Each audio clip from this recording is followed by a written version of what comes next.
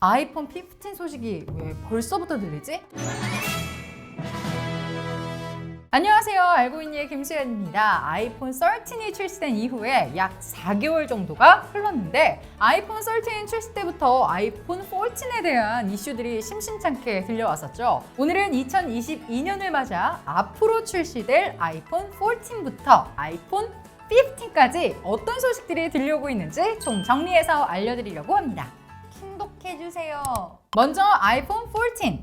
아이폰 14 시리즈에서 미니 라인업은 사라지고 아이폰 14 그리고 14 프로가 6.1인치, 아이폰 14 맥스와 14 프로 맥스가 6.7인치로 출시될 것이라 점쳐지고 있는데요. 이 중 아이폰 14 프로와 프로 맥스에는 120Hz의 주사율의 OLED 디스플레이가 탑재될 것이란 추측이 지배적입니다. 여기에서 눈여겨볼 점이 하나 있는데요. 바로 삼성이 독식하던 아이폰 디스플레이 생산 시장에 LG가 협업사로 나타났다는 겁니다.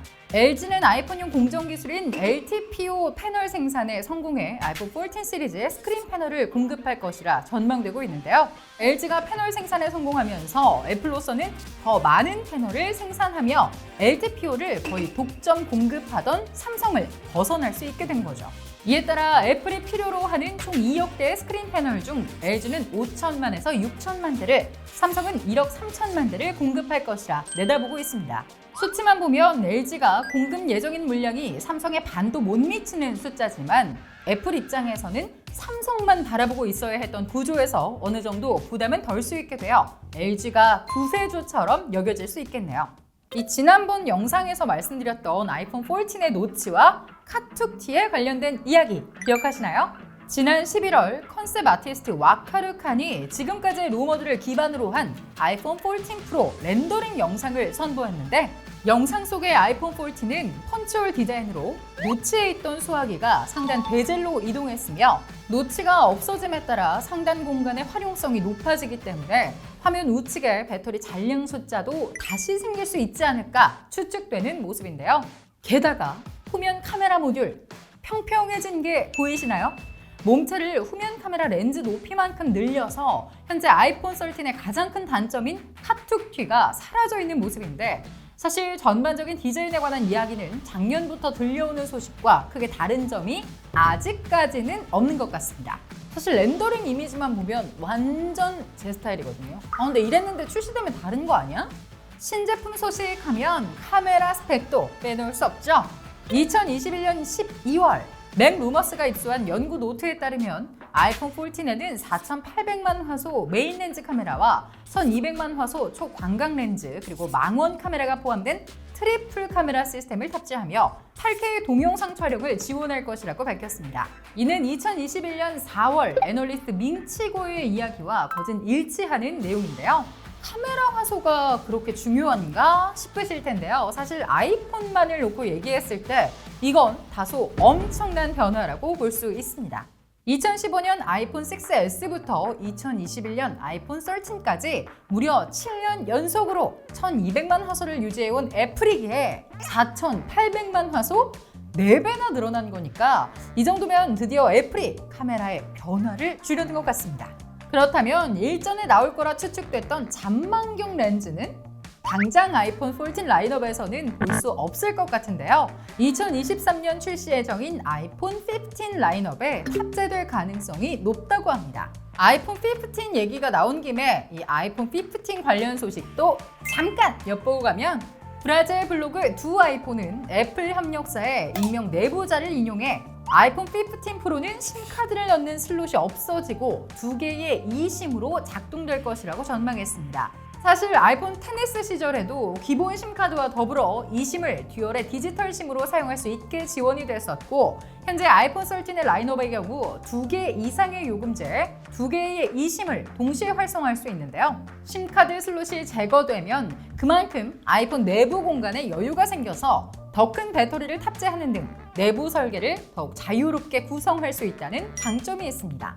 그리고 iOS 16에 대한 소식도 있는데요. 아이폰 6S를 아직도 사용하고 계신 분들이 계시다면 올해는 스마트폰을 바꿀 명분이 드디어 생기실 것 같은데요. IT 매체 아이폰 소프트는 애플이 2022년에 선보일 iOS 6는 일부 구형 기기와 호환되지 않을 것이라 보도했는데, 더 이상 업데이트가 지원되지 않을 것으로 예상되는 라인업은 A9 프로세서가 탑재된 아이폰 6s, 아이폰 6s 플러스, 아이폰 SE 2016년형이라고 합니다. 자, 오늘 알아본 아이폰 14, 아이폰 15에 대한 소식은 여기까지인데요. 잠깐! One more thing. 이번에는 애플의 폴더블 폰 소식입니다. 2021년 5월 애널리스트 밍치권은 2023년 폴더블 아이폰이 출시되며 폴더블 아이폰이 1,500만에서 2,000만 대가량 출하될 수 있다고 전망한 바가 있었죠.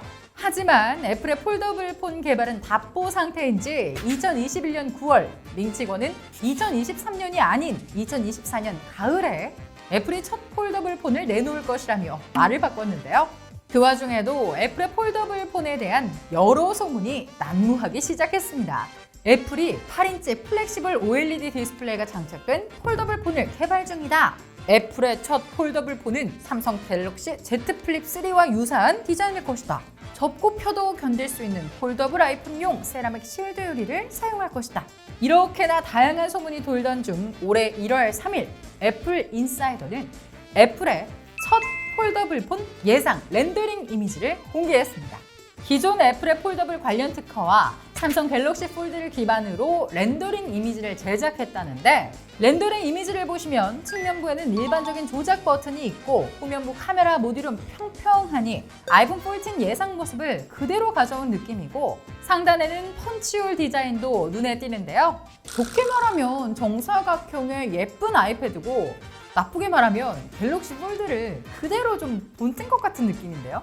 매체는 애플이 해당 폴더블 폰에 운영체제로 iOS를 탑재할지 아이패드 OS를 탑재할지 확실하진 않지만 게임이나 채팅 앱은 4분의 3 오픈 모드나 반 오픈 모드를 허용할 가능성도 있다고 전했습니다. 자, 오늘은 차세대 아이폰 루머에 대해서 총 정리를 해봤는데요. 아이폰 14, 아이폰 15 사실 출시까지는 너무나도 많은 시간이 남은 상태여서요. 이렇게 소식이 들려도 정작 정식 출시되어야지만 확실해지는 내용이다 보니까 그냥 빨리 9월이 되었으면 좋겠네요. 자, 오늘 정보에 대한 여러분의 생각은 어떠신가요? 댓글로 의견 많이 남겨주시고요. 찾아봐도 이게 뭔 말이야 싶은 IT 이야기 지금까지 알고 있니의 김수현이었습니다. 구독과 좋아요, 알림 설정 부탁드리고요. 또 알고 있니와 함께하고 있는 채널 트람에도 구독 잊지 마세요. 자, 트람의 채널에서 댓글 이벤트가 진행 중입니다. 트람의 영상도 꼭꼭 챙겨보시기 바라겠습니다. 그럼 다음 주에 만나요. 안녕.